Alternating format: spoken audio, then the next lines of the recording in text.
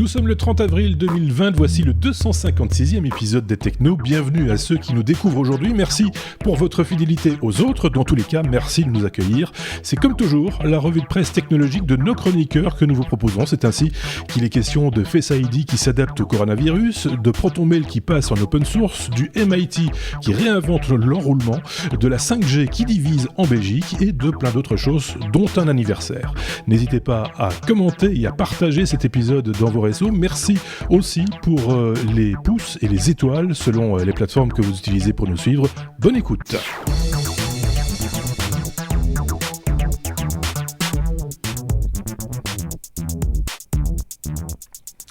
J'y réfléchissais en parlant, j'y pensais, je disais qu'il y avait un anniversaire dans la conduite. En fait, il y en a deux, mais il y en a un qui n'est pas dans la conduite, c'est l'anniversaire de notre camarade Xavier, qui n'est pas avec nous aujourd'hui, mais comme c'est le jour de son anniversaire que nous enregistrons cet épisode 256, autant en parler.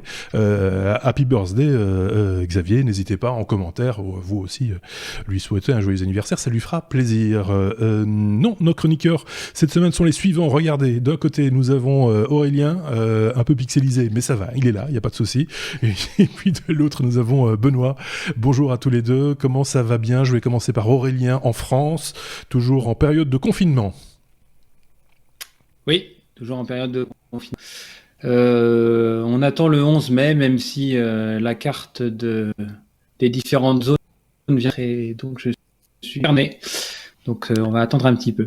Voilà, ça lag un tout petit peu, mais ça va s'arranger au fil de l'épisode, vous inquiétez pas. De l'autre côté, Benoît en Belgique, du côté de Namur, là aussi, encore en confinement, ça commence à se dégager tout doucement, on en parle de plus en plus, pour lundi déjà, mais pour certaines entreprises, ce sera pour plus tard, Benoît. Bah oui, effectivement. D'abord, bon anniversaire Xavier. À notre ami, parce que sinon, ce serait quand même dommage de rater ça. Mais oui, toujours, comme tu le dis, en confinement, gentiment. Mais sûrement. Gentiment à la maison. Mais tu sais, moi j'aime bien le télétravail et donc bon, c'est vrai que c'est pas super sympa l'aspect social, oui, c'est ça, mais oui. pour le reste, au niveau du boulot, moi je trouve que ça se passe bien. On a quand même de la chance dans nos métiers en fait. On est quand même dans des métiers où on a quand même beaucoup de facilité pour les faire à distance et je préciserai on n'est pas trop affecté. Et à la limite, je trouve même qu'on travaille mieux. Pour continuer à bosser, j'ai envie de dire, parce qu'il y en a pour qui c'est juste pas possible, je veux dire, parce qu'on on parle souvent de la restauration, entre autres, là, c'est effectivement, télétravailler dans ces conditions-là, c'est un petit peu compliqué, faut le reconnaître, donc on a cette chance, c'est vrai, et c'est vrai qu'aussi, on avait parlé de télétravail, c'est pour ça qu'on en parle un petit peu ici en préambule, on avait fait un hors-série concernant les outils de télétravail il n'y a pas tellement longtemps, c'est vrai que dans les matières informatiques, on a plutôt des facilités, on va dire, puisqu'on a plutôt certaines affinités avec les outils, clairement, et on voit de plus en plus, ça et là, en France, en Belgique, en Suisse, que les entreprises découvrent, ou semblent découvrir, le télétravail, et le fait que ça fonctionne, finalement. C'est pas juste un petit cadeau qu'on offre à certains employés méritants, non, c'est aussi pratique, et ça fonctionne plutôt pas mal. Bon, évidemment, une situation n'est pas l'autre, quand on a charge d'enfants, par exemple, qui courent dans les pattes, etc., ça complique un petit peu le jeu, faut bien le reconnaître. Si vous le voulez bien, je voulais saluer, alors je ressors ma liste chaque fois, je la planque, mais en fait elle est là, je voulais saluer quelques-uns de nos auditeurs, Rémélie Ilias qui a laissé un commentaire via Apple Podcast Belgique, c'est possible de laisser des commentaires, et voilà, c'était un commentaire fort sympathique, merci à lui. Sapo a laissé un message sur le blog, lestechno.be, là aussi il est possible de laisser des commentaires en regard de chaque épisode évidemment, et puis sur YouTube, sur notre chaîne YouTube, là aussi, par exemple Fred Dijoux, Jean-Denis Vreux, Ingris Boys, Raphaël Vinet ou encore Natacha, notre auditrice Natacha. J'ai envie de dire notre auditrice, il doit y en avoir d'autres, des auditrices, mais elle se signale, elle dit « Coucou, je suis là !» et voilà, on la salue, ça va presque devenir une mascotte, Natacha.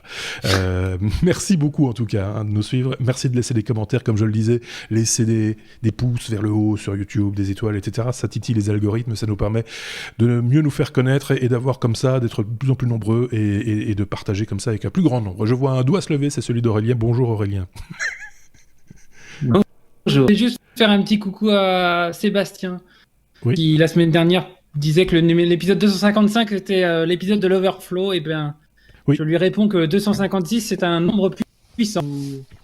Je peux le répéter parce que tu as lagué un tout petit peu. Tu as un tout petit peu lagué sur les... Oui, vas-y, recommence. Je disais que 255 était le chiffre de l'overflow pour Sébastien, et ben nous on est à l'épisode 256 qui est un nombre puissant. D'accord, ok. Voilà, je vous laisse chercher ce qu'est un nombre puissant. Voilà, je vois le petit rictus de Benoît de l'autre côté, ils deviennent fous ici, là. Les technos ils deviennent jum. On va passer peut-être à la abécédaire, hein, si vous voulez bien, allons-y.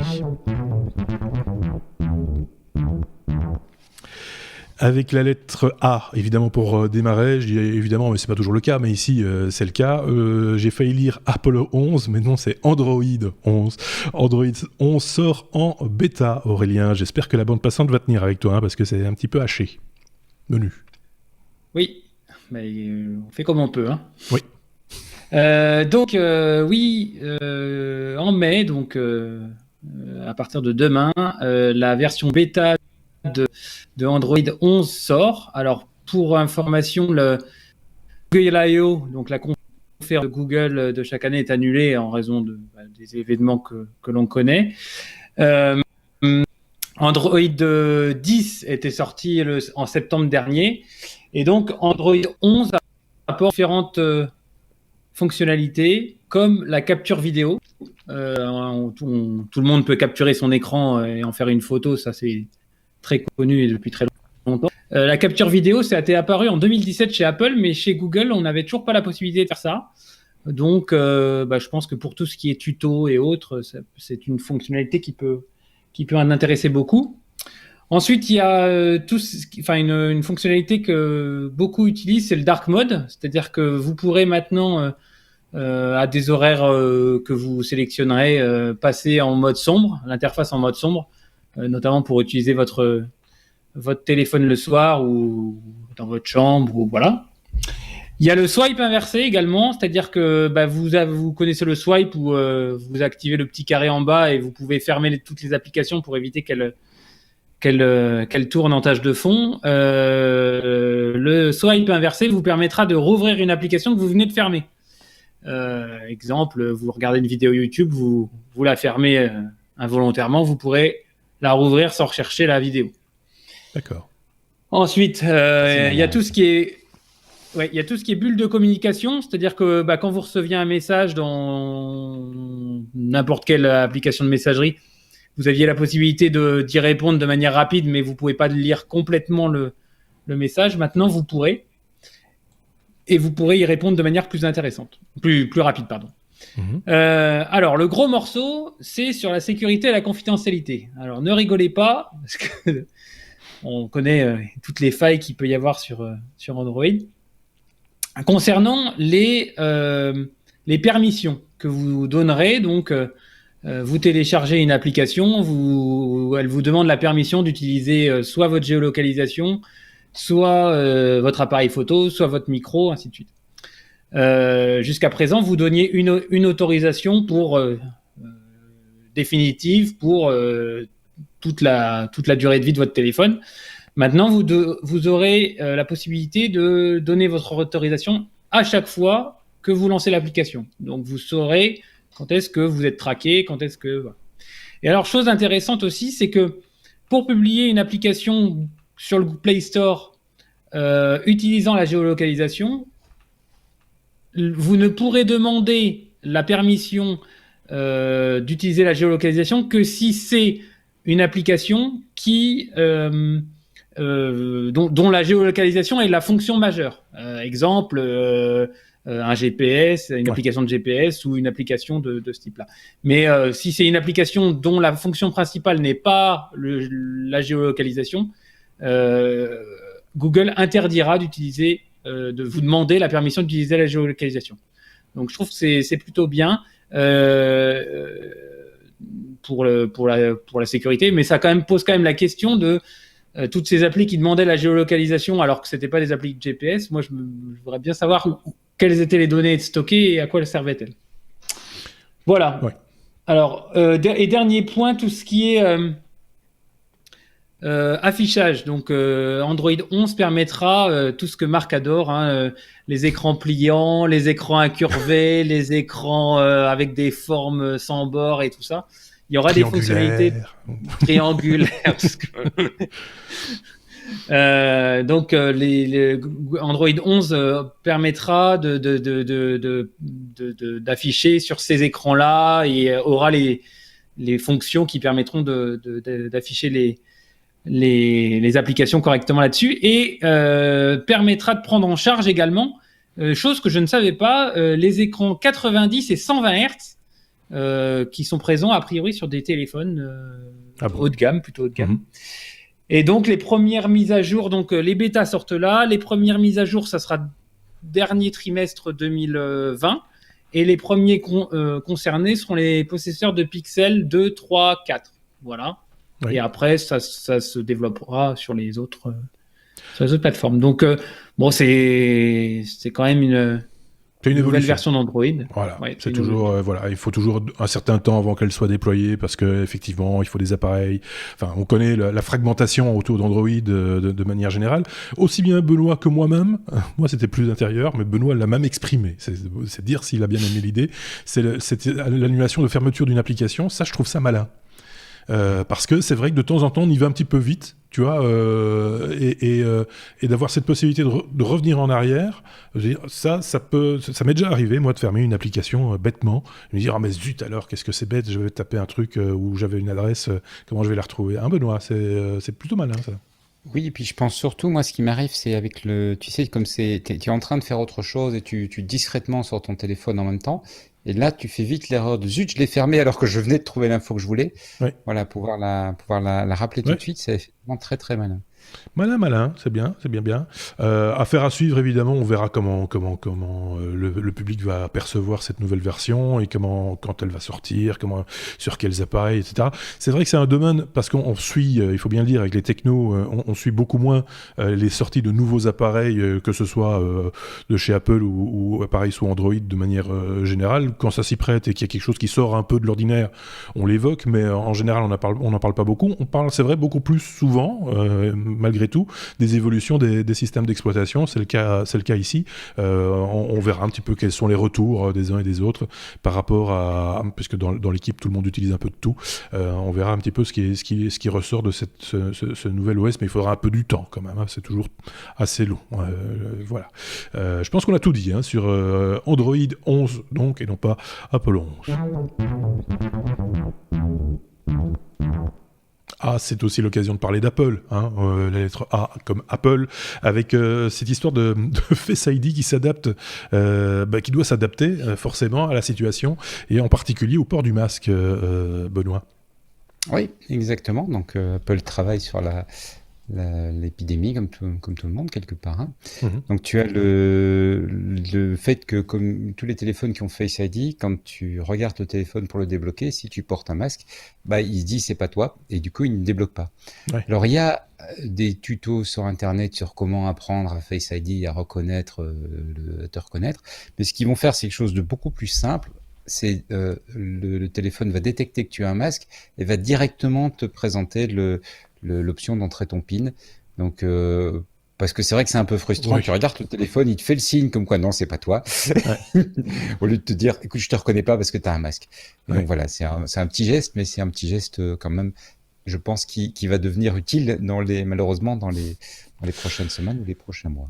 C'est vrai que c'est une manière détournée de dire voilà, on n'a pas de solution pour reconnaître quelqu'un avec un masque. Il faut lui réapprendre le visage, mais c'est un peu compliqué. Quoi. Mais en plus de ça, si tu lui réapprends le visage avec un masque, si tu changes de masque, voilà, c'est ça. Il faut que ce soit toujours le même masque et c'est pas conseillé non plus. Donc c'est ça qui pose aussi problème, Aurélien. Oui, je reviens à une news que j'ai abordée il y a 2 ou 3 semaines, je sais plus. Si on porte un masque Apple, ça peut pas marcher. C'est ça. Parce qu'Apple avait. Apple a fabriqué des masques, oui, c'est vrai. Ils auraient pu faire un système malin. Tim Cook avait annoncé la fabrication par Apple d'un certain nombre de masques. Ils auraient pu effectivement faire des eye masks reconnaissables. Tu vois, pourquoi pas. Face ID. avec le Face ID. Ceci étant dit, on avait lu aussi que la Chine avait modifié ses algorithmes de reconnaissance faciale pour reconnaître justement la population, même en portant le masque. C'est qu'il existe des choses de ce côté-là, hein, mais voilà.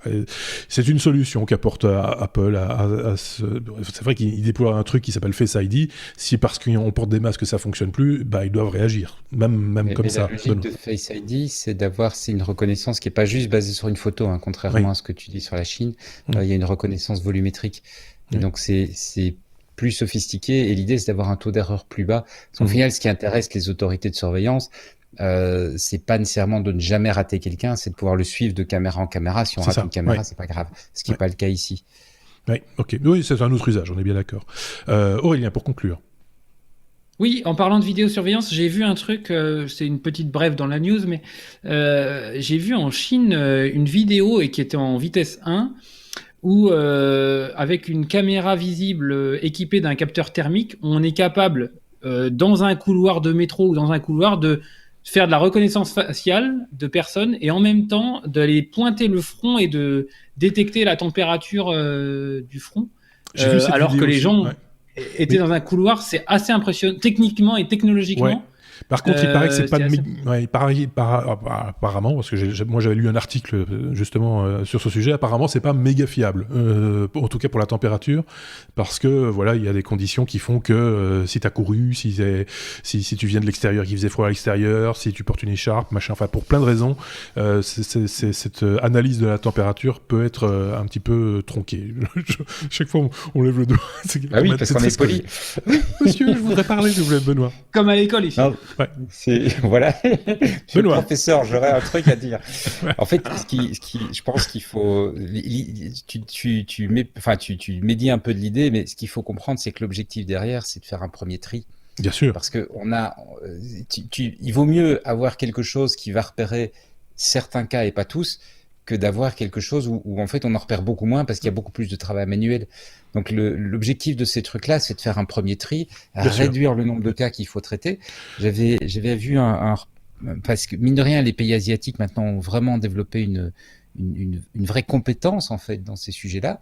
On l'avait évoqué avec Sébastien il y a un mois et demi, 2 mois, où on avait parlé d'utiliser des scanners pour faire de la reconnaissance des poumons, et on se disait oui mais ça prend tellement de temps de faire un scanner, mais en fait ils font des scanners en quelques minutes. Donc il y a vraiment mais ce qu'ils font, c'est pas des diagnostics complets comme nous on fait, c'est vraiment des tris pour très vite trier et puis pouvoir très vite dire ok, ça c'est les cas qu'on doit observer, ça c'est les cas qui peuvent continuer. Quoi. Oui. C'est vrai qu'on a... La fiabilité à 100% n'est pas nécessairement le but. Il faut voilà, pas. C'est ça. Ouais. C'est vrai que c'est un peu dans notre culture de vouloir avoir le truc le plus précis tout de suite, alors que peut-être qu'on n'a pas besoin de toute la précision, de tout le champ de précision, que peut-être que juste un élément compte et que voilà, l'outil peut être, je vais pas dire bâclé, mais on peut se focaliser peut-être sur un paramètre qui va faire que effectivement on va gagner du temps. C'est vrai que quand je disais que c'était pas méga fiable, effectivement après on peut poser la question aux gens, leur prendre vraiment la température à proximité pour confirmer. Voilà, ça a son intérêt aussi. Aurélien, pour conclure une deuxième fois. Ça suffit. Ça suffit maintenant. Et puis t'apprends vite que tu fais pas ton jogging dans les couloirs du métro, sinon tu t'arrêtes à chaque fois. J'ai arrêté de courir pour être à l'heure, je me fais arrêter.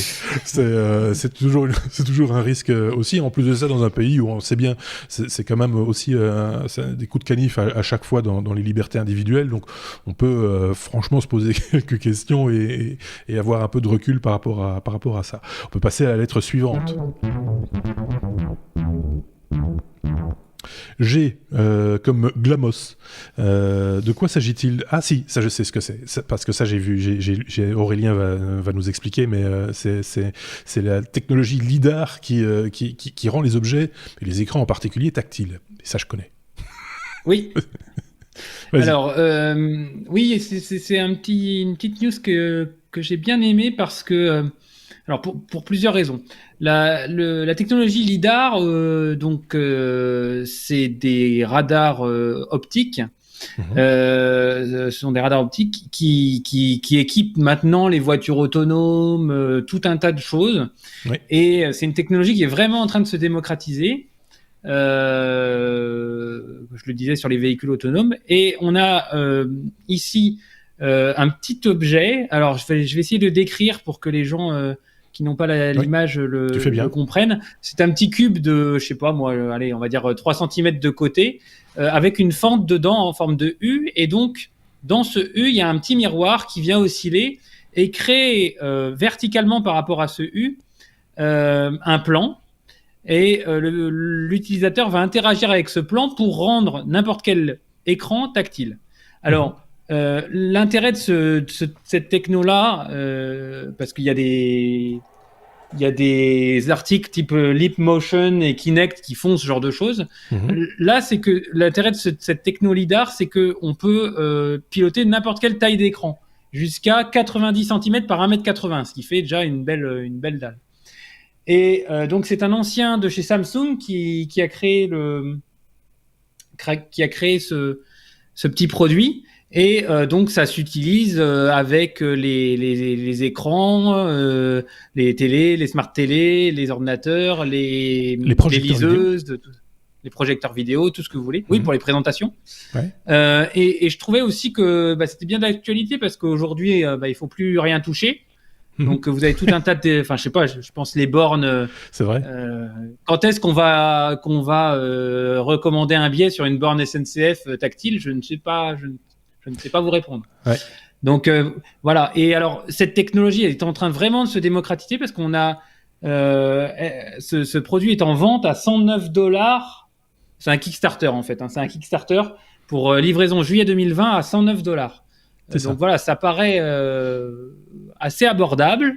C'est une technologie quand même qui est pas évidente à maîtriser et qui vraiment se démocratise. Et voilà, on voit à l'écran une vidéo par exemple d'une maman qui fait de la cuisine avec sa fille et qui a la recette sur la tablette. Je pense qu'on a tous fait ça. Ouais.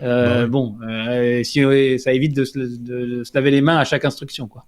Ouais. Voilà. Donc non mais je trouve que ça vient bien à propos, effectivement. Moi, j'avais testé la solution Leapmotion il y a très longtemps. Au tout début, ça s'appelle plus Leapmotion. D'ailleurs, ils ont changé de nom il y a pas tellement longtemps. J'ai oublié leur nouvelle appellation. C'était très prometteur. C'était un petit peu la même époque que effectivement Kinect, etc. Et on avait tendance un petit peu. Pour se faire les muscles aussi, c'était juste génial parce que pour passer une page, par exemple, il fallait faire un geste particulier et comme ça ne le faisait pas tout de suite, on le faisait plusieurs fois. C'était un peu tendu, donc ça faisait les muscles. Et alors le deuxième aspect, c'est que moi, quand j'ai vu cette news-là, ça m'a fait un petit peu sourire parce que quand on a des très très grands écrans ou des écrans, des dalles qui sont jumelés pour faire de très très grands écrans et qu'on veut faire en sorte qu'ils soient tactiles, c'est une solution au niveau professionnel qui est déjà utilisée. Si vous voyez par exemple à la télévision le journaliste devant son grand écran qui touche la carte du monde par exemple pour montrer quelque chose, c'est cette technologie-là, la technologie LiDAR qui est utilisée pour donner l'impression que l'écran est tactile alors que en fait il ne l'est pas tactile parce que c'est juste complètement démesuré comme écran. Donc voilà, c'était juste la petite parenthèse que je voulais faire, que ça se démocratise au grand public, aux écoles, aux particuliers, aux collectivités, enfin partout où il y a des écrans et où on n'a pas envie de salir les écrans parce que s'il y a un truc horrible c'est les traces de doigts sur les écrans, hein, on est tous d'accord. C'est plutôt sympa, c'est plutôt pas mal. C'est pas très cher en plus, hein. Je t'ai donné le prix ou pas? Je sais plus. $109. C'est vraiment rien. Benoît, qu'est-ce que t'en penses? On achète. Moi j'avais fait le Kickstarter à l'époque quand il est sorti. Ah oui, pour le Leapmotion ou pour celui-ci? Pour celui-ci. Ah, celui-ci, d'accord. Quand le Gamos est sorti, je me suis dit, oh, ça a l'air génial, je vais me prendre le Kickstarter. Ah ouais. J'attends. Ah oui. Bah, tu vas recevoir. Peut-être. Parce que c'est tout petit. C'est toujours peut-être. Oui, c'est toujours peut-être. Il faudra voir le niveau de précision du truc, comment ça fonctionne, la gestuelle, les gestures particulières sans doute qu'il faudra appréhender. C'est avec la Smart TV parce qu'en fait, je trouve ça, mais globalement, j'ai une Samsung. Globalement, la télécommande est pas mauvaise, mais quand tu essaies de taper un texte, tu vois, parce que tu veux faire une recherche, c'est d'un Alors quand j'ai vu ça, je me dis ah oui, je pourrais taper le texte plus vite. Oui, c'est ça. ça m'a motivé. C'est vrai que ça, c'est vraiment pour ça. Ce qui est Android TV par exemple, la reconnaissance vocale, là on voit que ça a un vrai intérêt quand on doit, sauf pour taper un mot de passe. mais pour faire une recherche, c'est vrai que ça a quand même amélioré les choses. Mais ici, c'est vrai que c'est une petite révolution qui sera peut-être intégrée, on ne sait pas, par exemple, dans certains appareils, justement, dans les télévisions intelligentes ou autres. On pourrait l'installer d'office, hein, par exemple, pourquoi pas. Voilà, Glamos. Donc, à retenir, les liens, évidemment, vers ce dont on parle de manière générale, je tiens à le préciser chaque fois, mais c'est important. Vous retrouvez tous les liens, toutes nos sources dans l'article sur lestechno.be ainsi qu'en description de la vidéo sur YouTube. Aurélien, tu voulais conclure peut-être sur le sujet ou pas? Oui, il y a une autre utilisation, je t'en parle. Enfin, oui.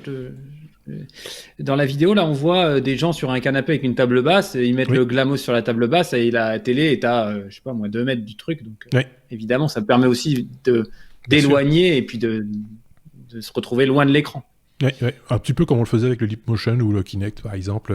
Effectivement, ça permet aussi d'avoir un contrôle à distance avec des gestes simples. Évidemment, il faut faire attention qu'il n'y ait pas un enfant qui passe à ce moment-là, parce que peut s'en prendre une pour un oui ou pour un non. Il faut quand même être un petit peu vigilant, quoi. On peut passer à la suite. J'ai comme GSM, avec une news qui va pas plaire à tout le monde, 900 professionnels de la santé belge sont contre la 5G. C'est pas la première fois qu'il y a des gens qui sont contre par exemple la 4G ou même avant ça la 3G ou même les réseaux GSM de base au tout début. Hein. Benoît, je pense qu'il y a toujours des détracteurs. Bon, 900 personnes, c'est quand même pas rien. Ça vaut quand même la peine d'un petit peu tendre l'oreille ou pas? Ça, chacun se fera son opinion. En fait, oui, c'est ça. 433 médecins et 900 professionnels de la santé qui ont signé une lettre ouverte demandant que le déploiement de la 5G soit arrêté. Il faut savoir que pour nos éditeurs français, et pour Aurélien, le Proximus, qui est le grand opérateur un des gros opérateurs ou l'opérateur historique en Belgique, a commencé le déploiement de la 5G ici en plein confinement. Et ça a été quand même assez polémique parce que la 5G est un peu polémique et dans une période où tout le monde est en train de se dire il faut faire que les activités absolument indispensables et il faut éviter de faire quoi que ce soit qui soit pas indispensable, il y a un certain nombre de personnes qui ont trouvé que c'était peut-être pas le truc le plus indispensable à faire. Ouais. Et donc ça a donné pas mal de polémiques et voilà, donc il y a une lettre qui vient d'être publiée comme ça par 400 médecins et 900 professionnels de la santé qui ne sont pas dans les théories un peu faux-folles comme on entend oui, c'est en ça, ce moment. Ils sont pas en disant attention au coronavirus ou des choses pareilles, c'est pas ça du tout le sujet. Mais ils mettent en garde sur 2 choses. D'une part, ils disent attention, les tests qu'on a fait pour garantir l'innocuité, l'absence de danger des ondes électromagnétiques sont basées sur simplement la mesure de l'échauffement. Or, ils disent constater un certain nombre d'autres phénomènes qui sont aujourd'hui pas étudiés et qui, d'après eux, sont dangereux et sembleraient être liés à la fréquence. Et donc, comme la 5G utilise des fréquences plus élevées, ils mettent en garde contre ça. Et la deuxième chose contre laquelle ils mettent en garde, mais c'est un peu la même logique quelque part, c'est de dire plus on pousse à l'utilisation de ce genre de choses, plus on offre de la bande passante, plus on offre de la vitesse, plus on va en fait pousser à l'utilisation des appareils connectés et donc on va en remonter la pollution électromagnétique, la pollution en termes d'ondes, dont on ne connaît pas encore la dangerosité, dont on sait que auxquelles on sait que certaines personnes seraient sensibles, etc. Donc en gros, c'est ça le sujet. Donc on n'est pas dans les théories complotistes, mais on est quand même dans un certain nombre de professionnels de la santé qui disent c'est peut-être pas le meilleur moment, et 2, faut peut-être quand même un petit peu plus réfléchir avant d'avancer. C'est sûr que la manière dont ça a été déployé, alors c'est pas sous l'appellation 5G que ça a été déployé dans certaines régions en Belgique, c'est sous l'appellation 4G+, parce qu'on n'est pas à des débits non plus qui sont ceux de la 5G, etc. Enfin, c'est un peu un protocole intermédiaire, on va dire, et ça a été fait sans analyse sanitaire quelque part, parce qu'on en est là aussi à faire quand même quelques études et avoir quelques bilans sur l'impact sur la santé, s'il y en a un, et s'il faut légiférer aussi dans ce sens-là pour dire voilà, moins d'antennes, plus de distance, moins de puissance, des choses comme celle-là, ça vaut quand même la peine de réfléchir à 2 fois avant de lancer un truc où on ne serait pas totalement sûr. En même temps, la Belgique est un petit pays, on n'est pas seul au monde, hein. J'imagine que d'autres nations et d'autres communautés scientifiques de par le monde sont sur les mêmes questions. Je ne sais pas en France s'il y a un débat sur ces questions-là par rapport à la 5G, mais on peut penser à la France, on peut penser aux États-Unis, on peut penser à l'Asie, on peut penser à un tas de choses, mais on n'a pas énormément de... Enfin, il y a toujours eu, entre guillemets, dans ces nouvelles technologies, surtout un petit peu... difficile à comprendre pour le commun des mortels, hein, faut le reconnaître aussi. On a toujours eu cette espèce d'ambiguïté, on en veut, mais en même temps, c'est pas mauvais. Est-ce que ça va pas faire tourner le lait des vaches parce que c'était les lignes à haute tension, tout le monde disait que ça faisait tourner le lait des vaches, par exemple. Et pourtant, des lignes à haute tension, il y en a partout maintenant. Donc, je sais pas, en France, Aurélien, une idée ou pas? Je sais pas. Pour l'instant, il y a d'autres débats. Oui. Je vous cache pas qu'on a trop de problèmes.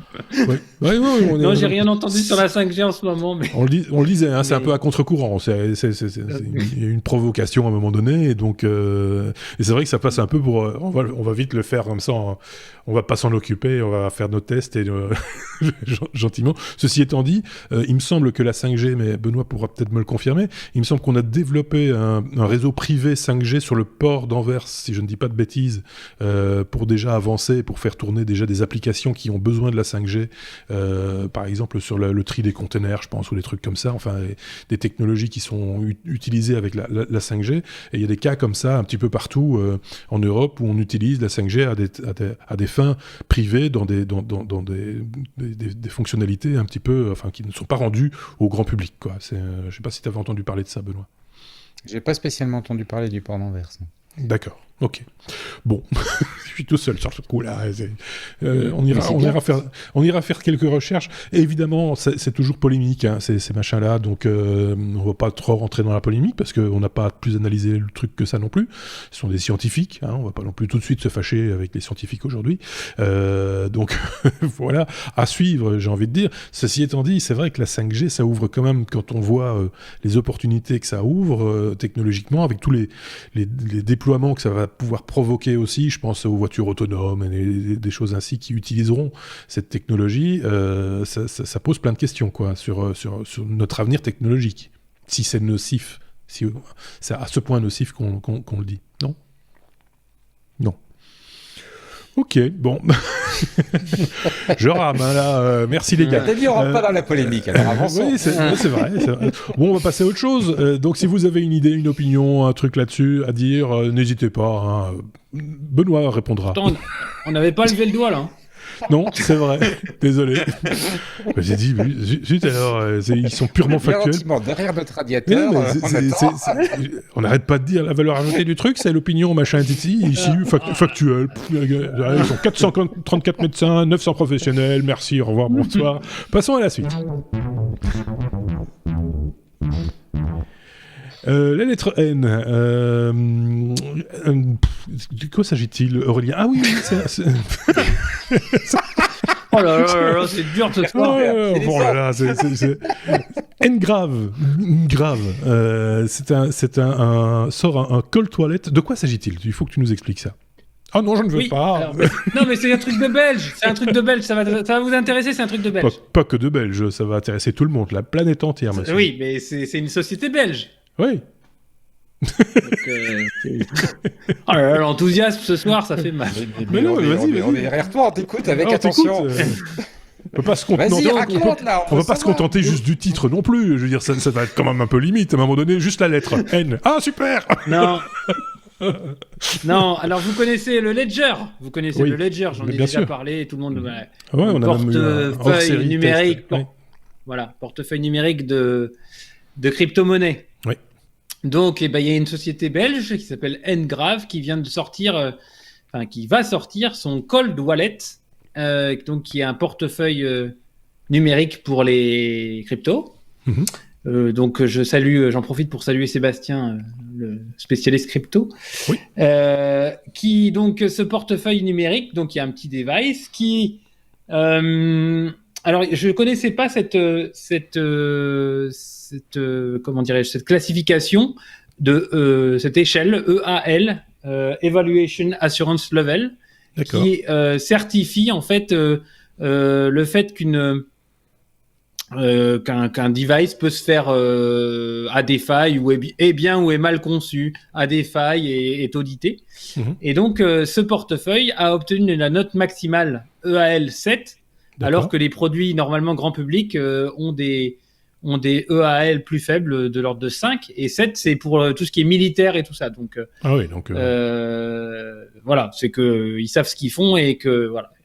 Alors justement, il y a donc il y a une campagne de financement participatif pour l'acheter à partir du 26 mai. Et donc ça serait le wallet le plus sûr du monde, avec cette performance aussi élevée. Et alors j'ai lu aussi, mais alors là j'avoue ne pas être hyper pointu sur cette techno-là, que contrairement aux autres wallets, il différencie deux zones dans ce device, une zone cold et une zone hot qui serait le PC. Donc hot, chaude, qui est connectée à Internet, donc qui est vulnérable à toutes ces attaques. Et en fait, le passage des datas d'une source chaude à la source froide se fait de manière hyper sécurisée par des QR codes a priori. Mais alors comment c'est fait exactement, je ne sais pas. Mais en tous les cas, c'est comme ça qu'ils arrivent à obtenir cette note aussi élevée. Et donc la sécurisation, enfin de la mise hors réseau d'un tas de devices, je pense que ça va être un enjeu des prochaines années. Et comment faire en sorte que tout ce qu'on connecte à nos ordinateurs ne soit pas hackable ou soit très difficilement hackable.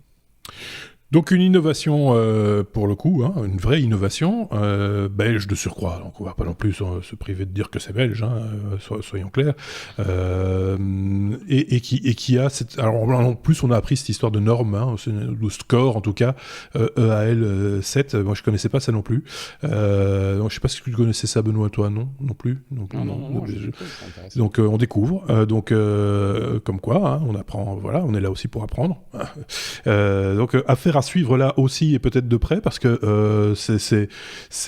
on leur souhaite en tout cas tout le succès qu'il mérite pour ce Ngrave qui est donc prêt à être lancé. On n'a rien à rajouter en fait sur ce sujet, donc on va pas non plus, je vais pas en faire une tartine de nouveau, ou alors on reparle de 5G 2 secondes, mais on peut passer à la lettre suivante si vous voulez.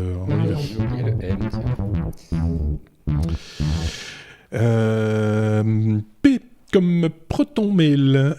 ProtonMail est open source et audité, Aurélien. Alors open source, on sait ce que ça veut dire. Audité, on se doute un petit peu, mais tu vas quand même nous expliquer dans le détail de quoi il s'agit. Oui, alors ProtonMail, merci Xavier d'ailleurs pour cette news qui vient de toi. Donc ProtonMail, c'est une société suisse. Alors on était en Belgique, maintenant on va en Suisse. Ça va faire plaisir à Thierry. Oui. Donc c'est un client mail, qui se dit être hyper sécurisé parce que il est open source. Donc en fait leur philosophie c'est on est transparent, comme on est transparent, on met tout open source et c'est ça qui fera notre réputation. Et donc tout était open source sauf l'application Android, et c'est l'application Android qu'ils ont remise open source et audité parce qu'en fait ils ont missionné un cabinet suisse d'audit qui a audité tout le code et donc qui a en tous les cas prouvé la non vulnérabilité de ce client mail. Donc j'ai regardé, en fait on peut se créer une adresse ProtonMail gratuitement. Oui. Donc, les serveurs sont en Suisse, tout est fermé et verrouillé en Suisse, c'est crypté de bout en bout. Et donc, vous avez plusieurs offres. Une offre gratuite pour avoir juste un mail avec un espace de stockage relativement limité. Puis, si vous en voulez plus, il vous en coûtera 4 € par mois pour avoir la possibilité d'envoyer plus de mails, d'avoir plus d'espace de stockage. Mais je trouve que, je trouve qu'au techno, on est très sensible à tout ce qui est open source déjà et puis dont on peut voir le code. Donc pour les utilisateurs ProtonMail, ça changera rien. C'est juste qu'il y a propre communauté et un projet Git qui fait que la communauté peut aller regarder dans le code et voilà, si vraiment il y avait des vulnérabilités, ça se saura vite. Et il y a bien des gens qui vont regarder le code et qui vont se dire qu'ils vont chercher les failles. Ils peuvent les chercher. Après, est-ce qu'ils les trouveront, c'est une chose. Mais en tous les cas, je trouve que la démarche et la philosophie de la boîte est intéressante. Là où on est tous à regarder où vont nos données, je reviens à la news Google Android de tout à l'heure. On est là-dedans. Avoir des emails, l'email, c'est pas un protocole secure. Hein, non, bien sûr. Mais c'est vrai que souvent, quand on voit quelqu'un qui dit moi, je voudrais avoir une adresse mail un peu sécurisée, en tout cas plus que Gmail ou que tous ces webmails habituels, c'est souvent vers ProtonMail qu'on les envoie. Enfin, en tout cas, moi, c'est ce que j'ai souvent entendu, parce que ils ont une réputation suisse de garantie quelque part aussi de conserver précieusement nos données, de ne pas les laisser fuiter. Je sais pas si Benoît, tu connaissais ProtonMail, j'imagine, ou pas? J'en avais entendu parler, oui, mais c'est vrai que j'ai pas plus que ça. Ce besoin-là. Quoi. Oui, c'est ça. C'est une question de besoin aussi. Hein. Souvent, on tombe pas dessus par une publicité racoleuse ou autre. C'est parce qu'on a besoin de ce type de service qu'on le trouve, très clairement. Et je pense même que le compte gratuit n'offre pas grand-chose de plus qu'une adresse habituelle. C'est vraiment quand on commence à payer le service que là, on commence à avoir des services et certaines garanties, etc. Enfin, voilà. Allez jeter un petit coup d'œil si ça vous intéresse. ProtonMail, il y a le site web, vous tapez ProtonMail dans votre moteur de recherche habituel, vous allez tomber dessus sans aucune difficulté. Et effectivement, donc, il y a application iOS, Android, etc., etc. Un truc à rajouter ou pas? Silence radio, on passe à la suite. C'est très scolaire, je trouve, aujourd'hui. C'est oui, comme ça. Non, je ne veux rien rajouter. D'habitude, ils sont bavards. Il ne l'a pas. Benoît, tu nous parles de quoi? On va bricoler un petit peu. Hein. C'est vrai que pour l'instant, certains se sont embêtés pendant 5 semaines à la maison. Il est question de do it yourself de plus en plus. Ça revient un peu à la mode. On va bricoler quoi? Une console de jeu, c'est ça l'idée? C'est ça, exactement, parce que on est tous à la maison et les enfants sont aussi à la maison. Oui, et il n'y a pas franchement d'école. Et donc, c'est pas nouveau. Le produit en soi n'est pas nouveau. Il date de l'année dernière. J'ai découvert il n'y a pas longtemps à cause du confinement, donc je voulais partager la bonne nouvelle. Le truc, c'est que comme beaucoup d'enfants, ma gamine est à la maison. Et c'est pas qu'elle s'ennuie, elle a plein de choses à faire, mais je trouve que ce qui est malheureux, c'est qu'elle n'a pas l'occasion d'apprendre grand-chose de nouveau, puisqu'ils ont fait le choix de pas donner de nouvelles matières aux enfants, ce qui fait qu'il y a un peu de temps perdu. Et je lui ai proposé de dire prenons un peu de ce temps-là pour faire quelques exercices, ce qui se fait pas beaucoup en Belgique, ce qui se fait plus en France, je me suis inspiré de ça, de technologie, c'est-à-dire de faire un certain nombre de petits bricolages avec des LED, avec des petits avec un petit stepper, avec des petits capteurs, etc., et de voir un petit peu comment on met tout ça ensemble. Il y a pas mal de projets sympas sur Internet, et donc on cherche un petit peu ça, et il y a moyen qu'elle se débrouille avec un petit accompagnement, et j'ai trouvé ça plutôt bien. Et elle trouvait que les gadgets avaient une tête un peu trop de gadgets, n'étaient pas très très jolis. Et puis j'ai trouvé ça, ce qui est ça ressemble à une petite carte de crédit. Ça a la forme ça a la taille plutôt d'une petite carte de crédit, mais il y a dessus tu dirais des petits boutons comme si c'était une console et un petit écran.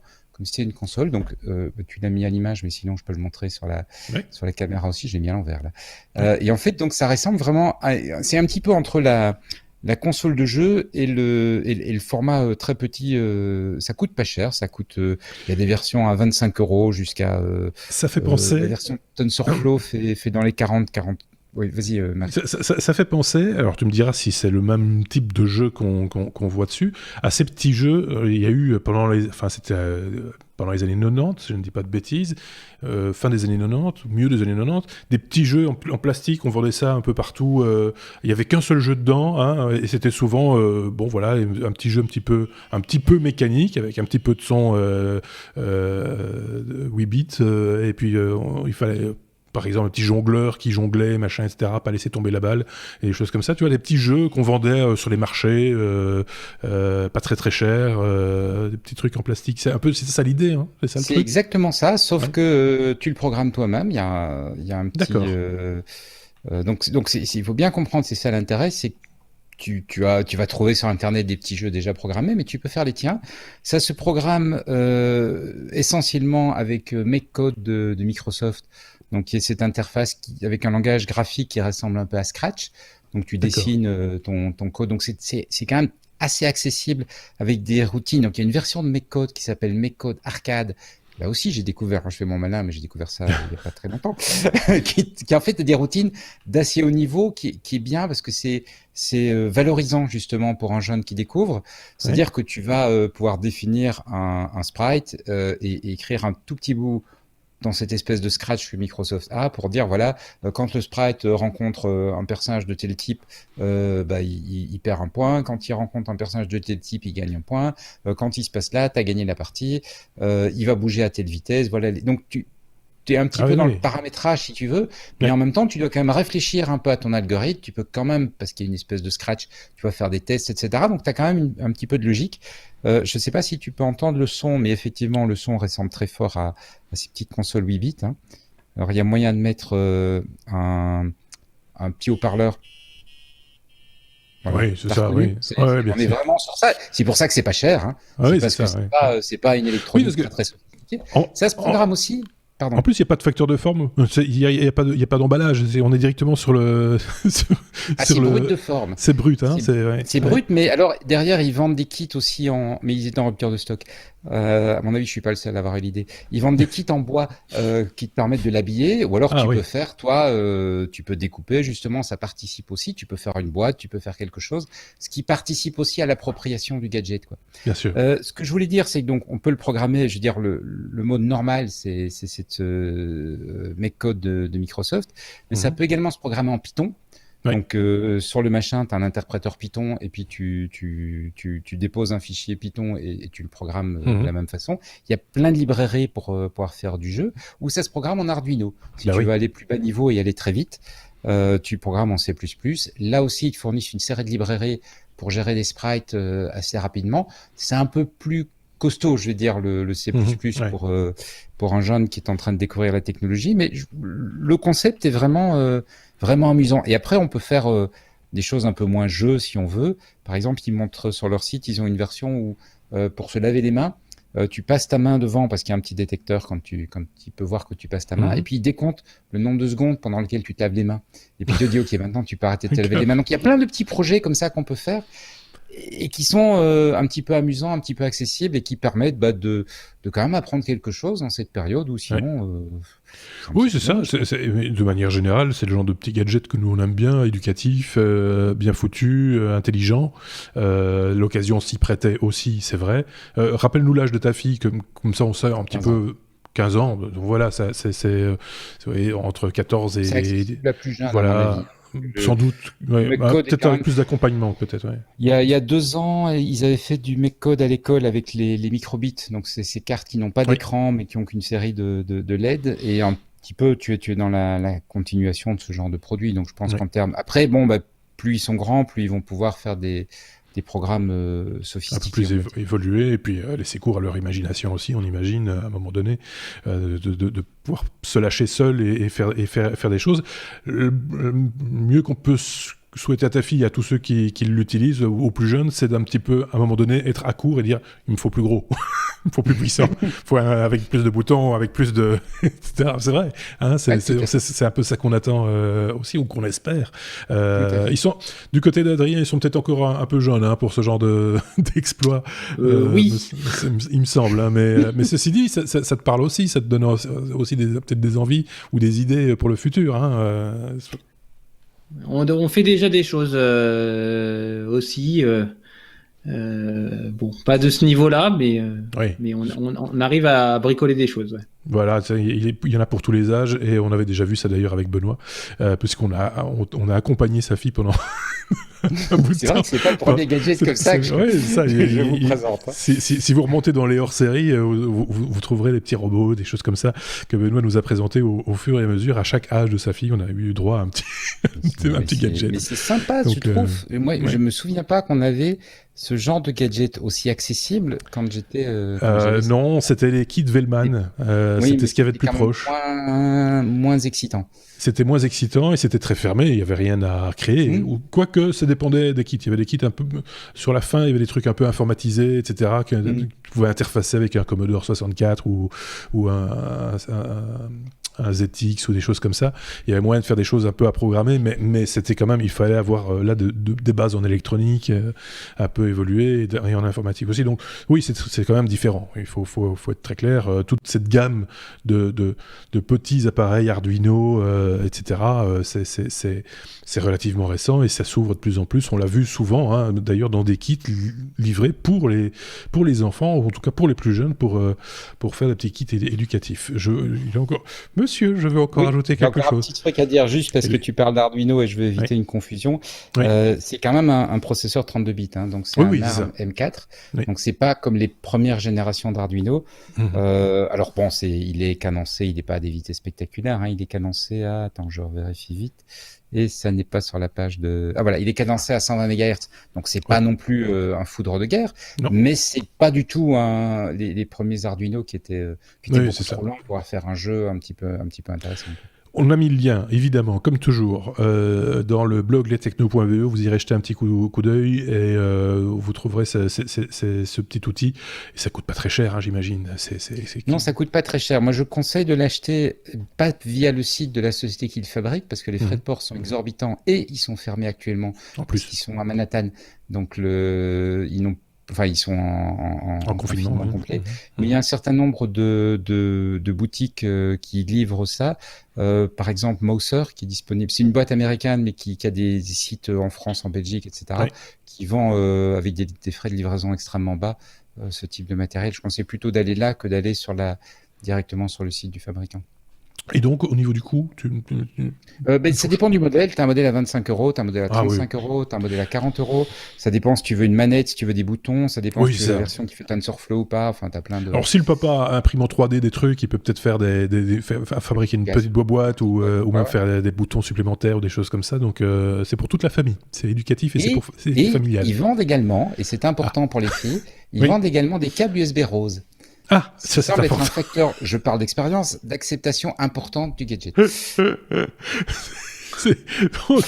Oui, on n'y pense pas, mais finalement, tu vois, il faut à un moment donné s'écarter de ces trucs gris et métalliques. Non, le câble USB rose, ça peut avoir si ça a son impact. On va pas non plus...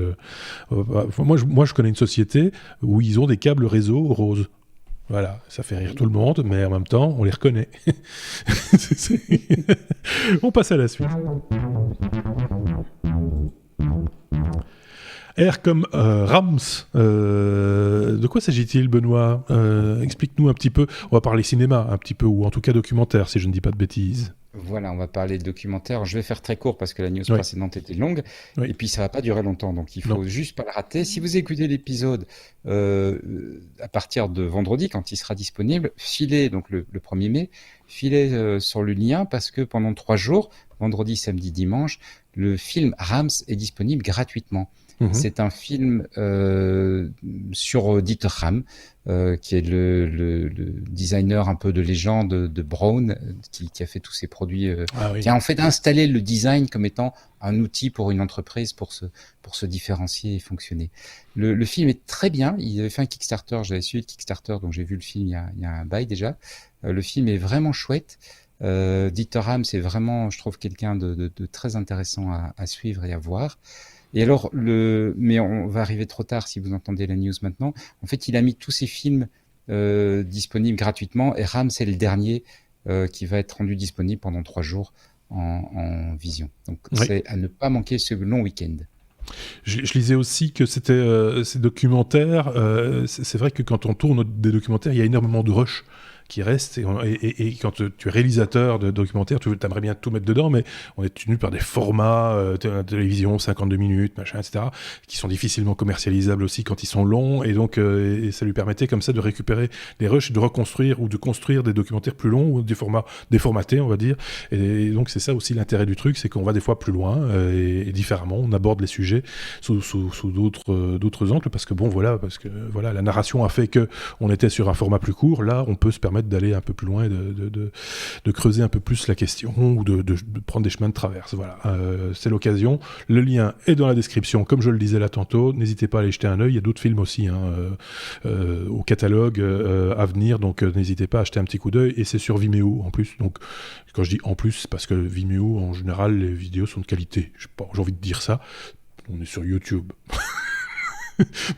mais c'est vrai que la qualité, je ne sais pas, la vidéo a l'air plus belle toujours sur les Vimeo. Je ne sais pas comment ils font, mais comme ça. Voilà.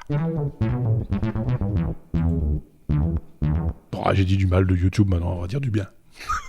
Vous avez vu la transition, comme elle a été travaillée. YouTube, anniversaire, c'est 15 ans, les 15 ans de YouTube. On avait presque oublié que YouTube, enfin moi je le savais, soyons clairs, mais beaucoup ont oublié que YouTube, c'était YouTube. Au départ, ça n'appartenait pas à Google. Aurélien, tu nous refais un petit peu l'historique peut-être de la maison? Oui, 23 avril 2005. Donc, okay.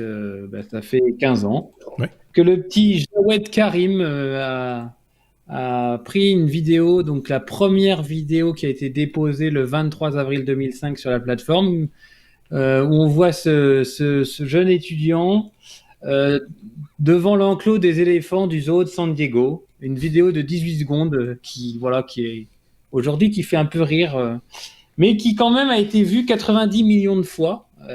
Comme étant la première vidéo postée sur YouTube. Alors ce petit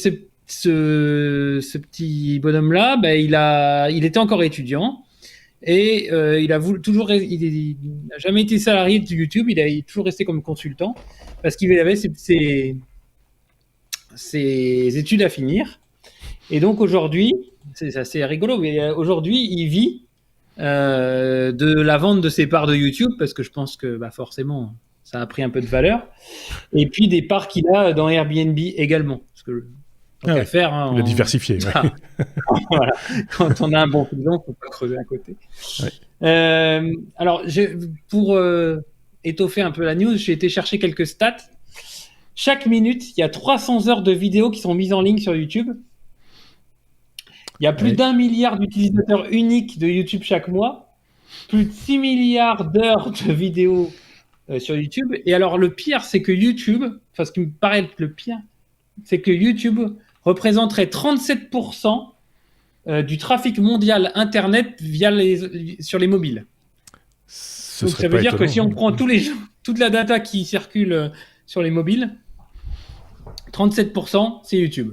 Ouais. C'est un tiers, c'est plus qu'un tiers, c'est assez fou. Oui.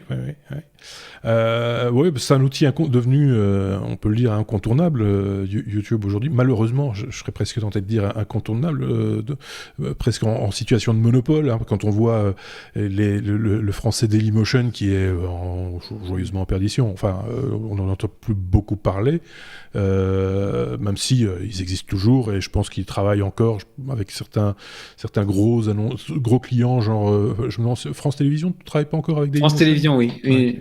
Ouais. Donc Radio France aussi, je pense, même s'ils publient également sur YouTube. Enfin voilà, il n'y a pas d'autres plateformes, et je pense que personne n'est capable aujourd'hui d'aller sur le terrain de YouTube au niveau de YouTube, clairement. Donc c'est assez impressionnant, et ça fait peur aussi en même temps. Je parlais de Vimeo juste avant. Vimeo, c'est une toute autre offre, c'est une offre payante d'hébergement. En tout cas, c'est le modèle économique qui est derrière. Donc c'est pas tout à fait la même chose non plus. Donc voilà, c'est... Je ne sais pas ce qu'en pense Benoît, le monde de la vidéo et de cette vidéo-là en particulier, ce type de diffusion vidéo et du positionnement qu'a pris YouTube en 15 ans. Je serais tenté de dire seulement 15 ans. Pour beaucoup, qui nous écoutent, c'est beaucoup, 15 ans. Moi, c'est pas tellement. Je suis désolé de le dire. Je sais pas ce que tu en penses, toi, Benoît, de l'évolution de ces outils et de YouTube en particulier. Oui, comme tu le dis, effectivement, c'est à la fois long et pas si long que ça. J'essaye de me souvenir d'un temps où on n'avait pas. Tu sais, tu disais, tiens, mais comment est-ce que je vais faire ça? Et en fait, tu prenais un bouquin et tu lisais l'explication, tu le relisais 5 fois, tu regardais les 2 dessins un peu pourraves et la photo et tu dis, je sais pas du tout ce que je dois faire. Ouais. Et maintenant, aujourd'hui, c'est, paf, je vais sur YouTube et tu trouves, mais tu peux chercher sur à peu près n'importe quel sujet. Oui. T'as quelque part quelqu'un qui s'est filmé en train de faire le truc, quoi. Oui. C'est ce qui est quand même extraordinaire. Moi, ce que je peux, petite expérience personnelle, je pense qu'on est passé par des phases multiples. Enfin, voilà, YouTube a été longtemps le site des lolcats, puis c'est devenu très longtemps le site des tutos maquillage. Je schématise très fort hein, et je caricature, il faut être très très clair. Mais je trouve que YouTube, avec le temps, est devenu, en tout cas si on cherche bien et qu'on cherche surtout, qu'on ne se laisse pas balader par YouTube, plus intelligent. J'ai presque envie de dire, dans le sens où effectivement tu as besoin d'un tuto sur quelque chose, tu vas le trouver sur YouTube et tu as, en faisant un peu le tri et en prenant un peu le temps de bien chercher, de repérer les gens qui font ça bien, de trouver des choses fort utiles. Je trouve ça plutôt pas mal finalement, parce que ça aurait pu être un truc à la TikTok. Vous connaissez tous TikTok aujourd'hui. Un truc un peu, voilà, c'est des petites vidéos, ça mange pas de pain, mais ça n'a rien d'éducatif, on n'apprend rien en regardant TikTok, on perd du temps. Des fois, ça peut être une distraction, hein, je dis pas le contraire, mais c'est pas, voilà, on n'est pas sur les mêmes objectifs, quoi. C'est pas tout à fait la même chose. Juste pour la petite histoire, vous savez que le podcast est plus vieux que YouTube, de quelques mois. Mais le podcast a plus de 15 ans, lui, par contre. La notion de podcast. Et on voit que la notion de podcast a évolué beaucoup moins vite que YouTube, comme quoi hein, le marketing et l'image, ça peut aider. Toi, tu as publié un peu sur YouTube, non, Benoît, à un moment donné, quand tu faisais des podcasts oui, comme nous, quoi. C'est-à-dire que des tutos photos, des choses comme ça. Tu fais des petits tutos, tu fais des petites choses comme ça. Ouais. C'est amusant, et puis ça a permis à plein de gens de devenir leurs propres médias aussi. Ça aussi, c'est pas mal, hein, de pouvoir comme ça diffuser une information et de pouvoir la partager. C'est ce que nous faisons toutes les semaines depuis un bout de temps maintenant, et on s'en porte pas plus mal. Et il faut savoir reconnaître que sans YouTube, on pourrait pas le faire. Ou alors ça nous coûterait très très cher, parce que l'hébergement vidéo, ça coûte très cher. YouTube, c'est un peu notre hébergeur. Voilà, gratuit. Voilà, c'est ce que je voulais dire. Qu'est-ce qu'on peut rajouter? Rien? Comme d'hab? Sauf que ça marche tellement bien qu'on est passé en 16 bits, nous, maintenant. Voilà. On est au 256. Voilà, exactement. On continue dans cette voie-là. C'est compliqué à la fin.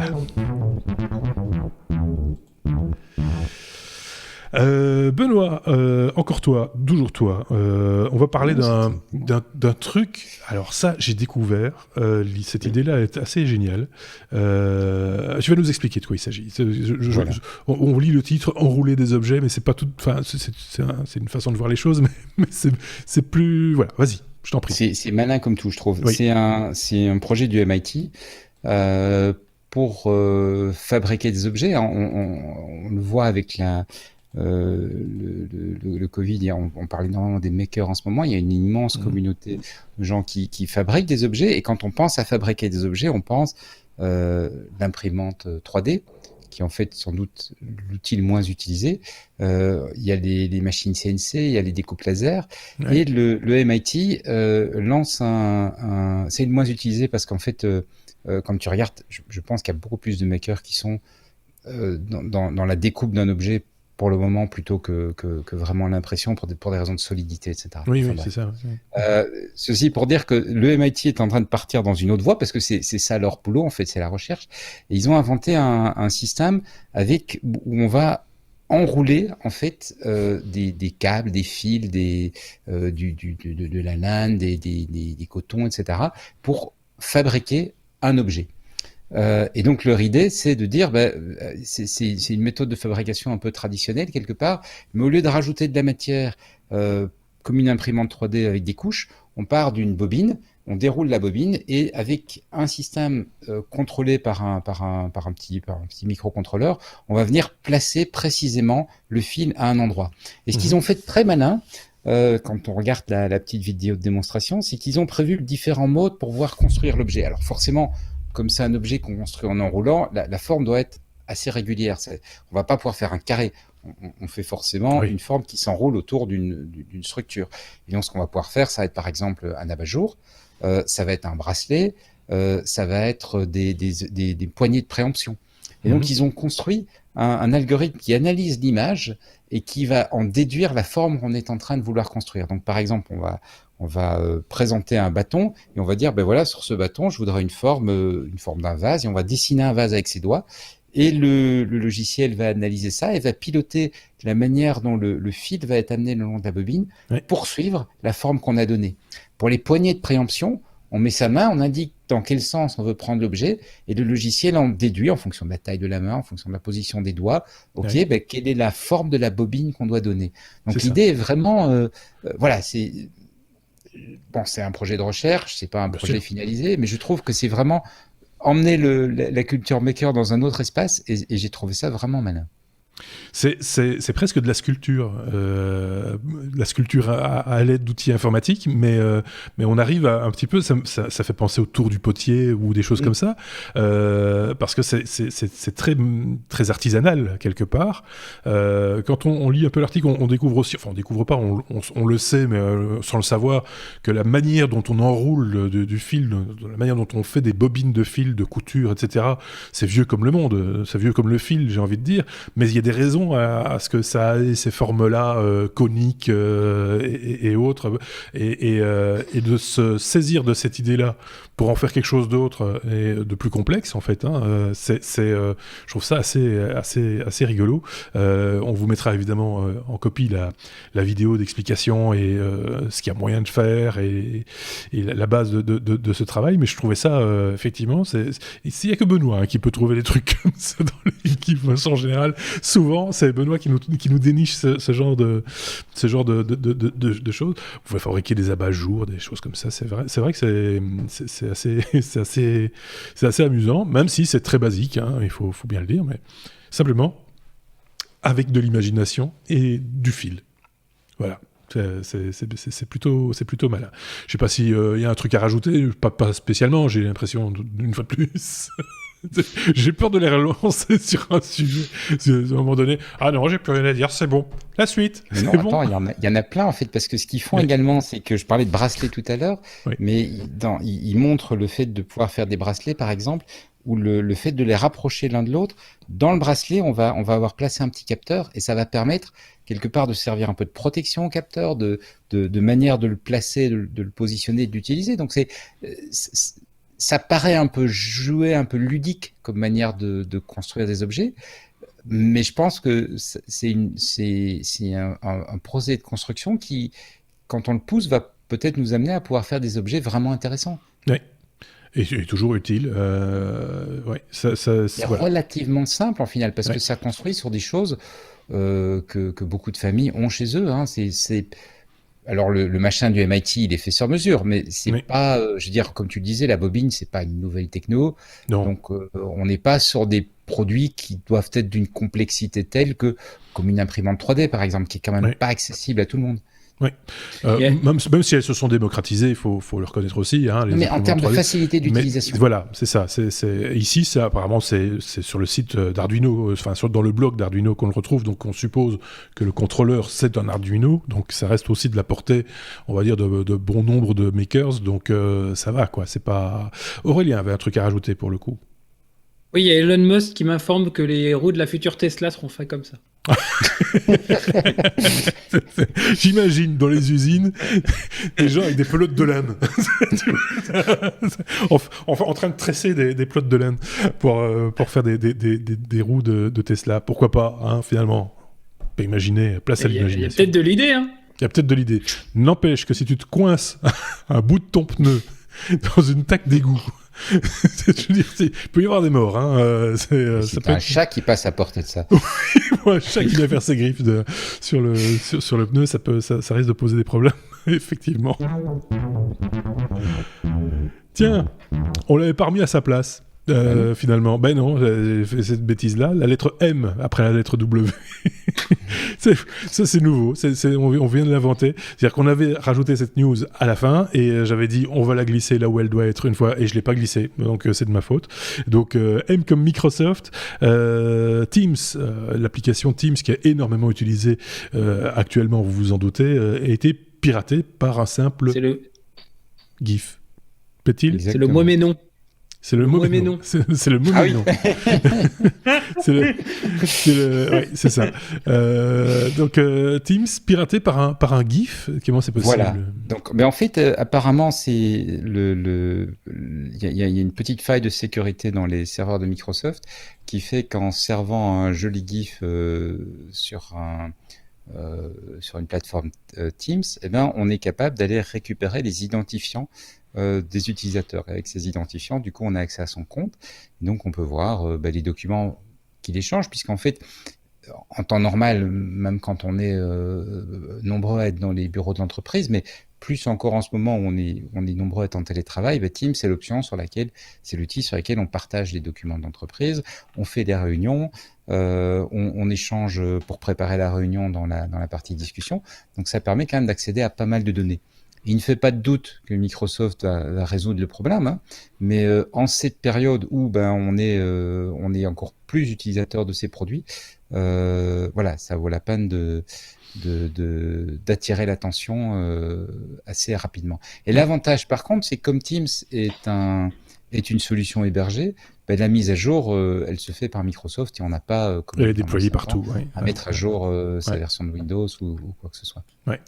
C'est bon de le savoir aussi, et c'est vrai qu'on en parlait un petit peu en off, c'est vrai que tout ce qui se passe actuellement, c'est un petit peu du pain béni pour ceux qui veulent s'adonner au piratage et autres. C'est aussi un petit peu du pain béni pour ceux qui ont envie de contrôler si les applications sont saines ou non. On l'a vu avec Zoom il n'y a pas tellement longtemps, mais il y en a d'autres dont on pourrait reparler éventuellement dans les semaines et les jours à venir, qui sont pas beaucoup plus nettes, on va dire, et où notre vie privée est un petit peu mise à mal aussi de temps en temps, à un moment où il y a beaucoup de gens, en tout cas en France, qui discutent à propos de l'application de tracking, quand on parle de contrôler la propagation du virus à travers la population. Il y a beaucoup de gens qui s'indigneraient un petit peu de la manière dont la vie privée serait protégée, sans doute les mêmes qui ont un compte Facebook largement nourri, hein, soyons clairs, mais on peut aussi se poser des questions sur ces applications qu'on utilise ou que certains aiment utiliser pour se faire un apéro entre potes